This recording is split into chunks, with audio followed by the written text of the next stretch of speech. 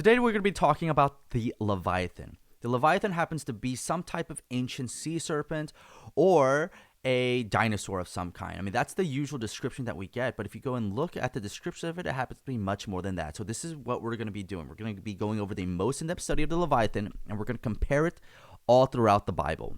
So for starters, this is a little bit outside. This is kind of an introduction, but if you look at the satanic symbol, it has the word Leviathan all around the edges. This is right over here. This spells out Leviathan. And it's such a strange type of word to go and give to the satanic symbol. And I mean, the first look at the Leviathan, you may think maybe it's some type of serpent. Maybe it's some type of ancient thing. I mean, it does say it has powerful limbs, does it not? It says powerful limbs. But then it also talks about how he has sharp teeth. Like a breakdown on iron and copper as if it's just straw or rotten wood. It describes him as being in the water because he says, can you go and pull it up with the fish hook? Is that even possible? Now, the Leviathan here also says there's rows in the back, like rows of shields, kind of like scales on his back, and it's very airtight. That his eyes are like light, like torches. That when he sneezes out flames, that he breathes out fire. And I have a question. What does that sound like? It's a dragon. There is an actual dragon written about in the Bible. In fact, this dragon lives in the water. He is a water dragon, kind of like Godzilla. That sounds crazy, but it's true. So Godzilla is pretty much a good description of what the Leviathan is. Now, there is a big difference, though. There's a big difference. The difference is that this creature that's described in Job chapter 41, he almost seems to have like human-like characteristics. He says he looks on everything that is high. So he's looking up on high. He's looking up on high. He's looking up on high. And he happens to be the kings of all the sons of pride, which is a strange description to give to a animal. But what I like about this, it reminds me of Isaiah chapter 14, where they talk about the devil, the serpent, of Satan. He says, "Oh, how you have fallen from heaven, morning star, son of dawn. You have been cast down to earth, you who once laid low the nations." So we see that this creature is laying low the nations and bringing them down. He says, "You have said in your heart, I will ascend to the heavens. I will raise my throne above the stars of God, and will sit enthroned on the mount of assembly, on the utmost heights of Mount Zaphon," which is actually Mount Zion, where God lives. "I will ascend to the top of the clouds. I will make myself like the Most High. But you are brought down to the realm of the dead, to the depths of the pit." So we see here that this king over all the sons of pride is always looking on up. He's always looking up, which sounds very similar to the Leviathan, the king of the sons of pride. Now let's go back to Genesis. Now, is the serpent in Genesis the same Leviathan creature that we are talking about? I mean, let's go read the curse at least. Genesis chapter 3, verse 14 and 15. God said to the serpent, "Because you have done this, cursed are you above all livestock. You will crawl on your belly, and you will eat dust all the days of your life." And you're like, oh, it can't be because it doesn't have powerful limbs. Well, for starters, when God told Adam and Eve that you will surely die, they thought they're going to die right away. Did it happen? No, it took some time. I mean, it did happen, but it took time.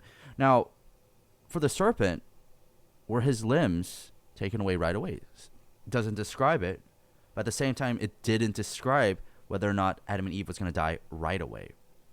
But look at this. He says, "I will put enmity," which is conflict, "between you and the woman, between your offsprings and hers, and he will crush your head and you will strike his heel." So we see here that there's a cosmic conflict between the woman, which happens to be the church, and the dragon, the serpent. If you look at Revelation 12, that conflict is actually unfolding. We see the woman running away from the dragon into the wilderness, and the dragon is trying to flush her out with water. Now, the serpent is also known as the deceiver. Now, I want you to go and focus in on this passage. I want you to focus in on this passage in Genesis chapter 3, verse 15. He says, "He will crush your head." You see that? Your head. "And you will strike his heel." The word heel in Hebrew is Yaakov, or the word Jacob.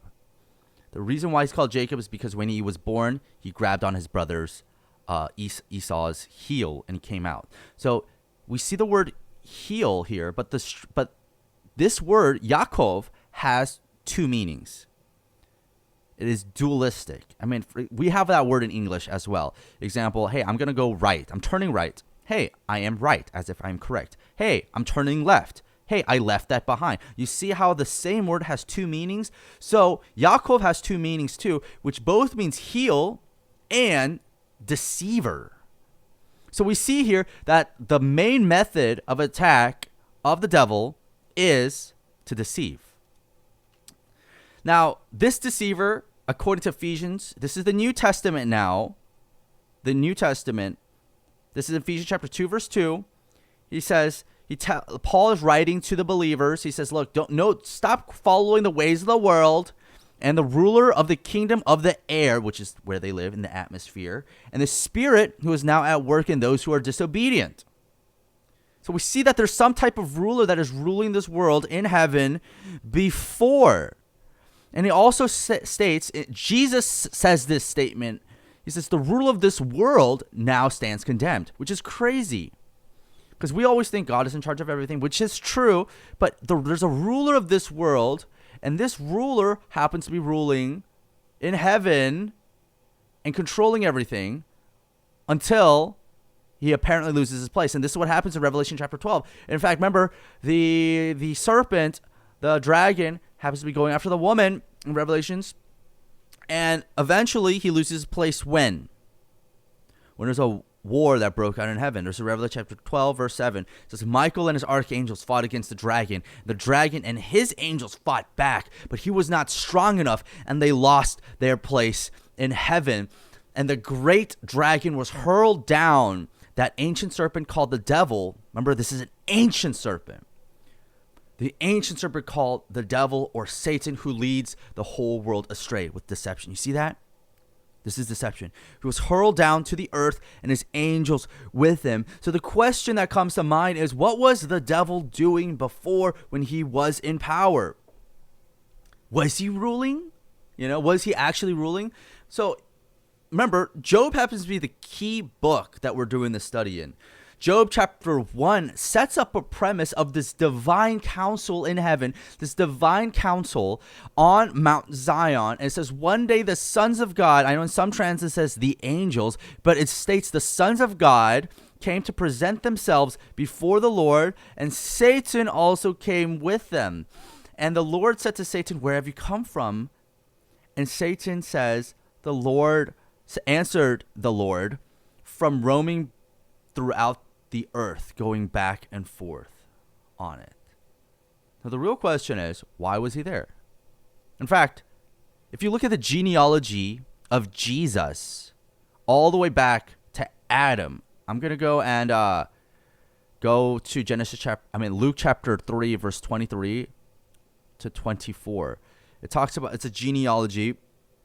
They didn't have last names, so they would say like a name, the son of this guy, So we see here, it says Joseph, the son of Heli, the son of Mathath, the son of Levi, the son of Melchi, the son of Jani, the son of Joseph, the son of Enosh, the son of Seth, the son of Adam, the son of God. So we see here that the son of God is supposed to be none other than Adam until he had lost his place. We see here that in Isaiah, it also stated that the devil said, I will be like the Most High. I will be like the Most High. So let's go look at ancient religions in every single continent. How about that? The Tiamat. The Tiamat in the Enuma Elish is a water dragon or a serpent that wages war and loses. This is the Kukulkan. This is in Mexico. If you've ever been to Chichen Itza, you will notice that there are serpents everywhere. That they are everywhere. In fact, this winged serpent is a winged serpent, happens to be able to fly, and it flew to the sun, but he tried to speak to it, but in its pride, burned his tongue. And the Mayans believe that the Kukulkan has a human form as well. A contemporary of Kukulkan happens to be the Quetzalcoatl, the Aztecian feathered serpent, who lost against a jaguar. Kind of interesting, because we see that the serpent in the Bible loses against none other than the Lion of Judah, which is Jesus. So that's pretty cool. This is the Bukunawa in the Austronesian people. The Austronesians are the ancestors of the Filipinos. So this is Philippine mythology, and the Bukunawa is a serpent-like dragon, and it's believed to cause eclipses, earthquake, rains, and winds. So it's another serpent water dragon, and the Bukunawa happens to be none other than Thailand. So if you look in Thailand, a lot of their temples are dragons. Some of them have multiple heads as well. So we see that there is some type of connection that is there. If you look in Africa, there's this thing called the Ida Wedo, which is a rainbow serpent of wind, water, fire. And they're kind of like snake-like creatures, and it is known as the rainbow serpent. It's presented in Nigeria, Benin, and Togo as well. This is in Japan. This is the Watsumi or the Ryujin, which is the legendary water dragon as well. Another name for the dragon is called the Awatsumi no Kami, which means the great god of the sea. So we see here that even in Spirited Away, that there is a water dragon as well. So in America, the Native Americans, this is called the Avenue. You'll see them painted on in zigzags in the caves in New Mexico and Arizona. This is a horned serpent of the water. It is the guardian of the water. And you're thinking, hey, you forgot about like Australia. What about Australia? Well, Australia actually has it too. Australia, the Aborigine mythology believes that a rainbow serpent happens to be the creator god that fell from heaven and pretty much just gave them everything. He says he will crush your head, but look at this. He will crush your head and you will strike his heel. Remember that, his heel. He will crush your head. You will crush your head. So is that supposed to be happening? Absolutely. This is in Psalm chapter 74, verse 14. You crush the heads of Leviathan. You see that? You could have more than one head. So you crushed the heads of Leviathan and he gave him as food to the creatures of the wilderness. So we see that there is a fight going on between Jesus and the serpent, and he crushes his head. So the Leviathan happens to be an enemy of God. Now, I don't know if you know this, but there's this thing called eschatology. Eschatology means end time prophecy, and there's always a pre-wording for that. There is a foreshadow of it, and it's that wording in that day. In that day is always the day of judgment. In that day, the Lord, who's that? Jesus, will punish the Leviathan, the fleeing serpent, with his, what? This fierce and great and mighty sword. Even Leviathan, the twisted serpent, and he will kill the dragon who lives in the sea. So we see here from this that the Leviathan is none other than the devil himself. I know a lot of people are wondering, are you serious right now? Is the Leviathan actually the dragon? Absolutely. Even in the Old Testament, it describes him as the dragon, the ancient serpent who lives in the sea, and we see him coming to an end in the book of Revelations. Well, hopefully you enjoyed this video. Feel free to like and subscribe and share and follow for more content.